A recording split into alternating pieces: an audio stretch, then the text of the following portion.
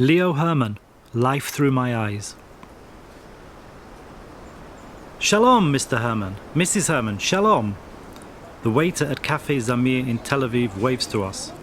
The white terrace and umbrellas on the cafe's roof reflect the September heat of 1951.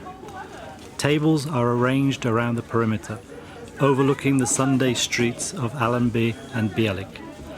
Please come, your table is ready, he says politely, moving the chairs aside. I immediately order 2 mitz tapuzin. Orange juice with ice, please. My wife, Lola, and I sit quietly. We exchange glances of interest over the edge of the railing, watching as time slows down. Below, in the shade of the rows of ficus trees, someone is polishing their shoes, right next to a mobile stand selling fresh citrus fruits. A little further away, a small line of children waits for the ice vendor. There's such a demand for ice, the authorities must have set a maximum price for it. Simply put, I see the everyday concerns. Thanks for that. I cannot help it now. A cocktail of sounds surrounds me. The jingling of bicycle bells, the clattering of horse hooves, the shrill laughter of children, and the clinking of spoons against coffee cups. The fresh breeze from the sea carries me away to memories of my childhood. The odyssey of my life began in March on the 15th day of the year 1888, in the Czechoslovak town of Lanskroun. I was born, the first child, the fruit of my mother Anna's and father Friedrich's love, into a Jewish family. The family saga of our lineage in Lanskroun continued to grow in the following years. In 1889, my little brother Pepi Joseph was born. In 1891, my brother Pavel. In 1893, my sister Helen. And the youngest, Emma, came into the world in 1897. At home on Krongasse, Komenského Street, number 84, there was a lively bunch of children. Among us Jews, mostly from the German Lanskroun, there were but a few. In the church registers, around 80 people identified themselves with the teachings of the prophet Moses. Faith was not a matter of concern. For mischief, the schoolmaster would pull the ears of all alike German, Christian, Jew, Czech. It was a beautiful day on Saturday, from the Hebrew Shabbat, a blessed day of rest. The rituals of Shabbat began on Friday at sunset. The aroma of shamin, sholet, filled the house. Mother lit 2 candles and recited the first blessing. In the evening, around the table, we listened to Father as he blessed us with a chalice of wine over the challah. On Saturday morning, we prayed, ate and sang. Sometimes Uncle Carol would come to visit with Aunt Sophia, his son Hugo and his brothers and sisters. The adults would engage in mysterious debates, philosophizing and reminiscing, and then they would sing again. All that festival colour settled deep in our hearts and warmed us. In winter, silence fell over Lanskroun. The snow lulled nature to sleep, freezing the ponds. The ice rink by Schmeisser's soda factory filled in the afternoon with icy performers, showcasing their dance skills on wobbly skates. With the early winter darkness came the frost. On the window panes, crystal-like vitrage painted what looked like duck feathers on fern leaves. The view of Lanskroun resembled Bethlehem, calm and peaceful. In 1894, when I was 6, the army arrived in town for manoeuvres. Lanskroun was adorned with splendour. The town hall in the square was draped in garlands and flags, while the military band played in step. The grammar school transformed into a temporary imperial suite, the gym into a court kitchen. I grabbed my younger brother Pepi by the hand and we ran with wide-eyed excitement towards the square. The emperor was just passing through the triumphal arch, Francis Joseph I, the man in the fitted uniform of the supreme commander of the monarchy. With a sabre pinned to his belt, a moustache and beard framing his cheeks, a military cap and medals adorning his chest.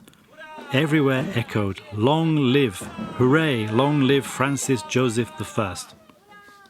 The last year of the 19th century came to a close.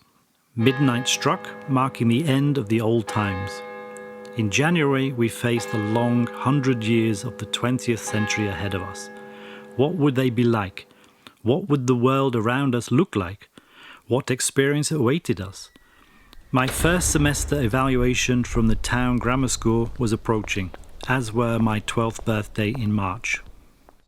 Morana, winter, flowed away with the spring brook. The orchards bloomed and the bees were busy once again.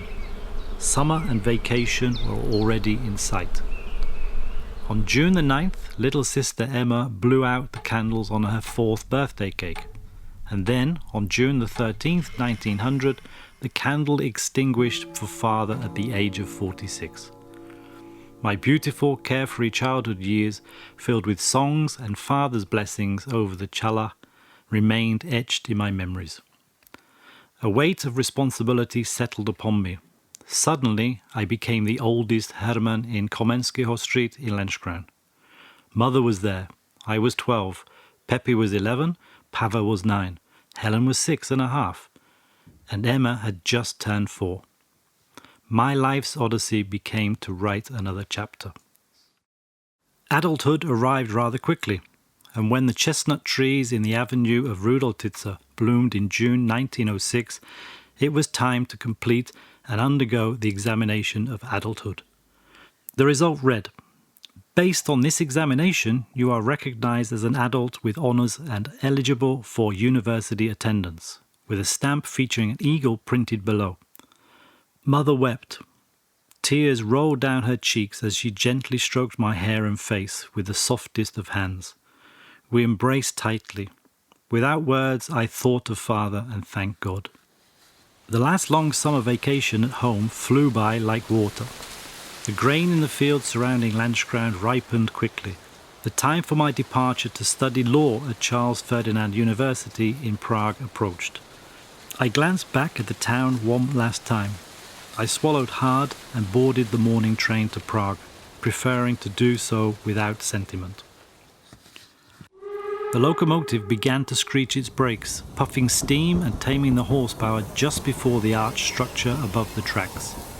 Then the train slowly entered the newly opened hall of Emperor Francis Joseph's railway station.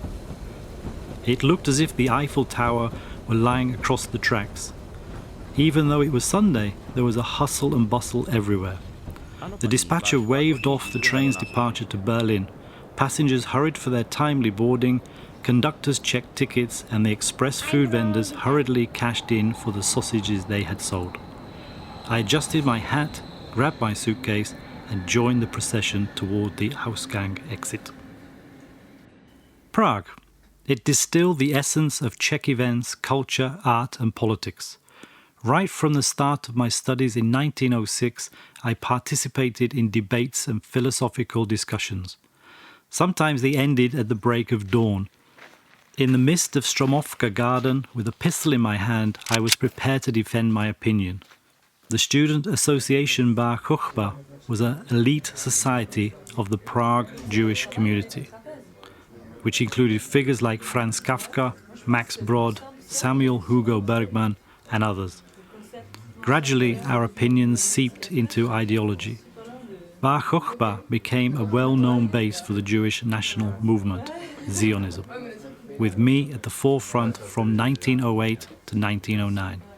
When Martin Buber presented 3 lectures on Judaism at our association in 1909, Zionism began to emerge as a legitimate request from Jews for their own land within Prague circles.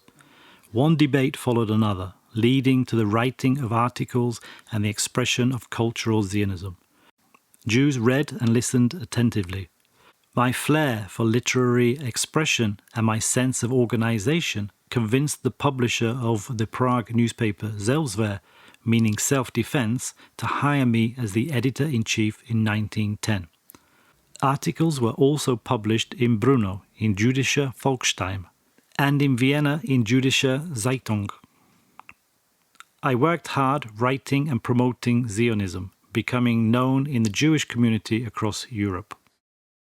In April 1913, a postman knocked on the door of the editorial office. From his large leather satchel slung over his shoulder, he pulled out a letter. It was clear it had come from afar, marked with the word rekommendiert, recommended for delivery against a signature. Germany? I settled into my writing desk, gently pushed my typewriter aside, and opened the envelope with a penknife. On the letterhead of the World Zionist Organization, it read, "Dear Mr. Herrmann, please accept our offer for the position of Secretary of the Executive Committee of our organization in Berlin." Signed by Otto Warburg, President of the WZO. My odyssey was taking me from the monarchy to Berlin, to Komenského Straße, number 8. I took on the office, and a year later, 1914, I added the role of editor-in-chief at the Jewish newspaper Jüdische Zeitung. My cousin Hugo passed the baton to me here. My battle with the typewriter continued, and I emerged victorious. Before long, my book, The Struggle for the Hebrew Language, was published. The quiet years in Europe were shattered by the rumble of cannons, fear, and the breath of death. The Great War broke out on July the 28th, 1914. That year, with the morning mail and a fixed envelope from Czech lands from Lanskroun arrived on my desk. Joy was quickly replaced by anxiety, a nervousness about the contents of the letter. My mother's restless handwriting filled the lines, conveying sorrow and emptiness. My little brother Pepi perished on October 13th, 1914 in Terst while defending the monarchy. In my memories, I was once again a boy. Pepi, aged 5, held my hand. He waved and wished the Emperor glory, long live Emperor Franz Joseph, as he rode into the square in Lanskroun. Sadness slowly receded, sealing the memories deep within me. The Great War dragged on into its 4th year, frozen in the trenches. With the arrival of 1918 came the anticipation of splendid days. There she was. On February the 26th, my little daughter Hadash was born. Tiny, wrapped in a white bundle, safe in the arms of my wife Lola. Good news continued that year. At the end of September 1918, peace was negotiated in Bulgaria on the Balkan front. Soon after, the Ottomans followed suit. Over Palestine, the Holy Land, the government changed, now under British flag.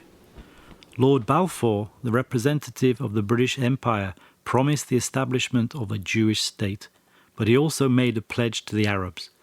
The consequences of this dual agreement for the formation of states would be borne by the great-grandchildren and their children. And, on October the 28th, news from the session of the National Council of Czechoslovaks in Geneva announced the creation of the Czechoslovak Republic. President Jan Masaryk received the title of Daddy of the Homeland. I had become a Czechoslovak from Lanskroun. The Great War ended with the victors and the defeated signing the peace treaty on November the 30th, 1918 in Versailles. New maps, orders and opportunities began to take shape, sweeping me, Lola and Hadash away to London. Negotiations, official meetings, informal gatherings, numerous trips abroad and diplomacy were part of the daily agenda during that time. In Paris at the peace conference from 1919 to 1920, I defended the interests of Jews in the new Czechoslovakia and met Jan Masaryk. He was 33, as young as I was. Our discussions and opinions took a similar direction, and a friendship blossomed between us. The boulevard of Champs-Élysées, coffee, a sense of light-heartedness in the air, the sound of the chanson sung by Miss Tanya, playing from the gramophone, and debates with Jan Masaryk about worldly affairs. Back to the British Isles, to London. Do you remember? Lord Balfour. He promised us Jews the establishment of our own state in Palestine. And for that you need capital. A lot of money and investments in the desert dunes. Along with my long-time colleague Berthold Feiwel from the Brno office of the newspaper Jüdische Volksstimme, we established the Keren Hayesod Fund in 1920. a fund to support the creation of the State of Israel, to aid Jewish refugees and to serve as a donor for developmental projects in British Palestine. And we too, a Brno man and a Lanskroun man at the founding. Remember the name Keren Hayesod? It will play an important role. Big Ben tolled the final minutes of the year 1922. Despite the often rainy weather, we, the Herrmann family, found joy in London. On January the 22nd, 1923, Ruud was born to Hadash. There she was, a bundle of contentment nestled in the embrace of her mother Lola. Slowly and quietly, Hadash and I welcomed this little one into our midst, planting a kiss on our mother's cheek. In that moment, a wave of pride and joy washed over me. We existed, we were healthy, together and with surely beautiful times ahead of us. I can no longer recall exactly which day it was. Surely it was raining again. At the end of June 1924, a letter arrived at my office at 77 Great Russell Street in London. A letter that seems to resist being opened. It came unexpectedly, bearing the postage stamp of my father, Jan Masaryk, Daddy. It lay on my desk. I took a cigarette from the box, tapped it gently and lit it. Slowly, the misfortune unveiled itself through the black-bordered announcement. With deep sorrow, we announced that our deep mother passed away last evening. I took one last drag, held the smoke in my lungs, exhaled and extinguished the cigarette. Palestine was just on the horizon. No streets, just sand and stones. The fine dust driven relentlessly by the wind grew finer and finer. The Arabs call it Kamzin, which means 50 in our language.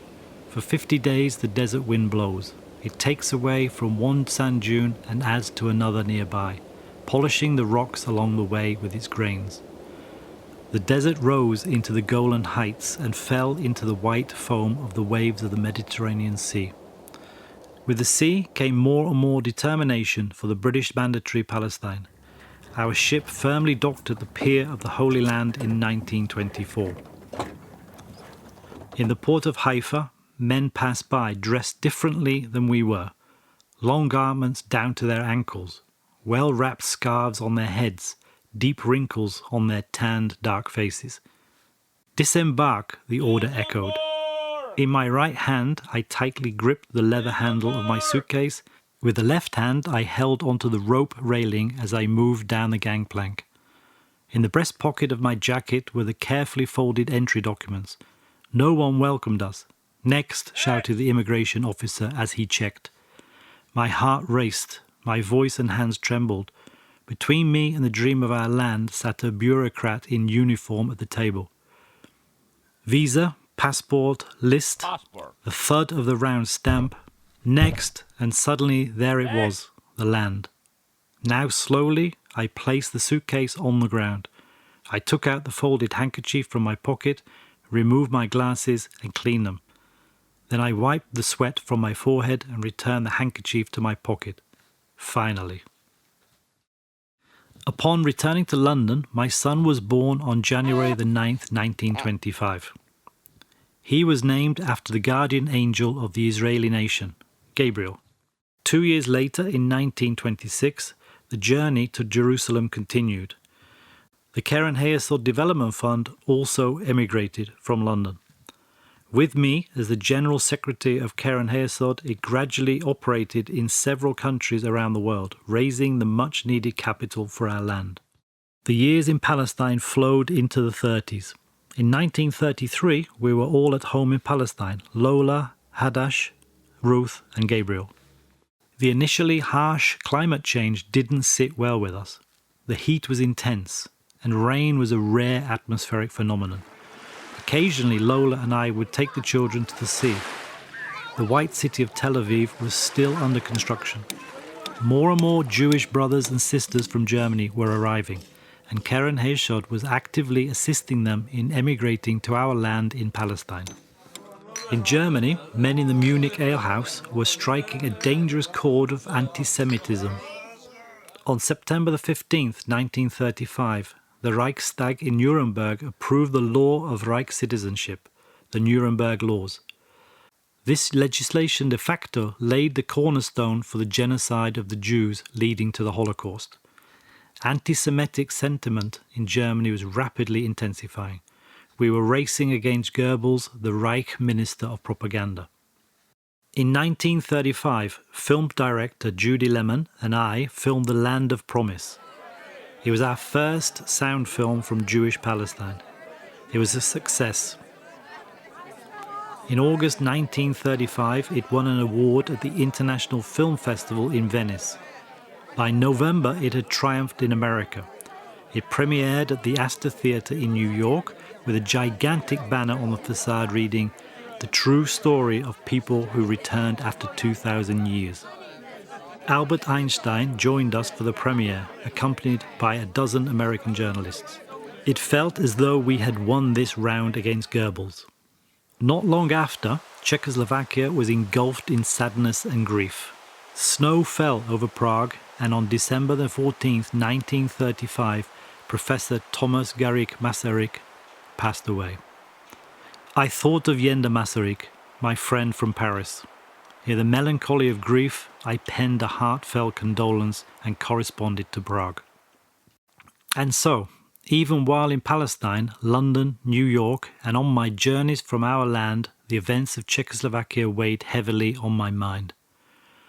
Purposeful demonstrations by the Sudeten German Party intensified, along with attacks on police stations in the border regions. These escalated into defensive military operations by the Czechoslovak army to maintain order and territory.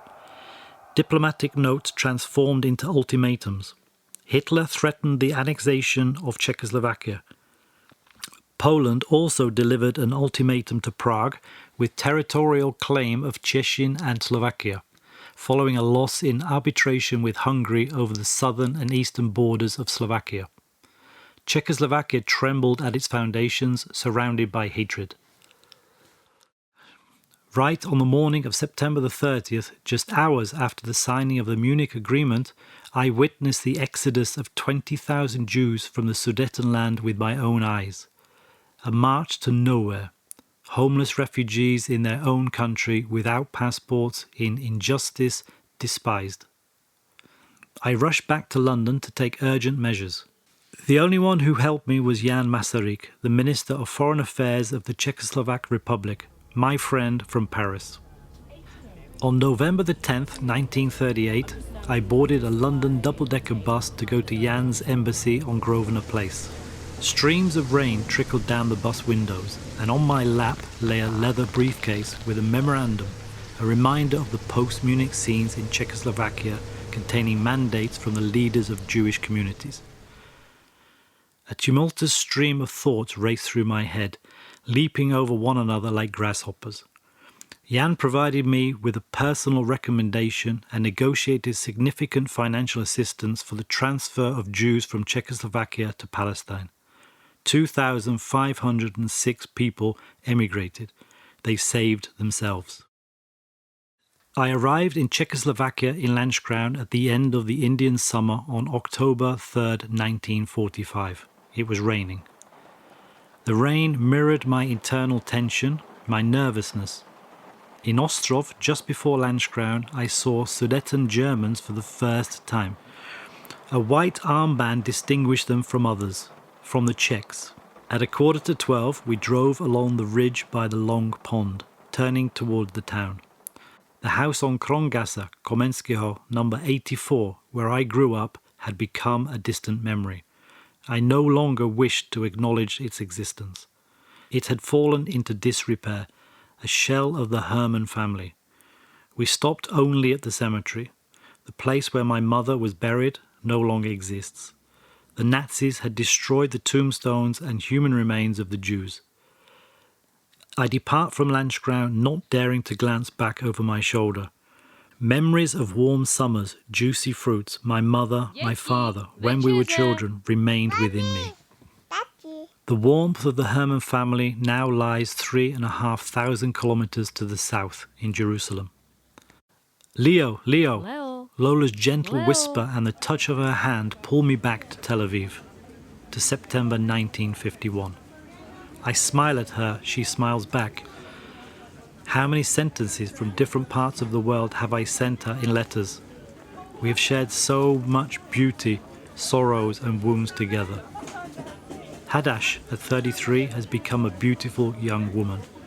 Ruth has just celebrated her 28th birthday, and Gabriel will be turning 27 in a few months. There are still many beautiful times ahead of us.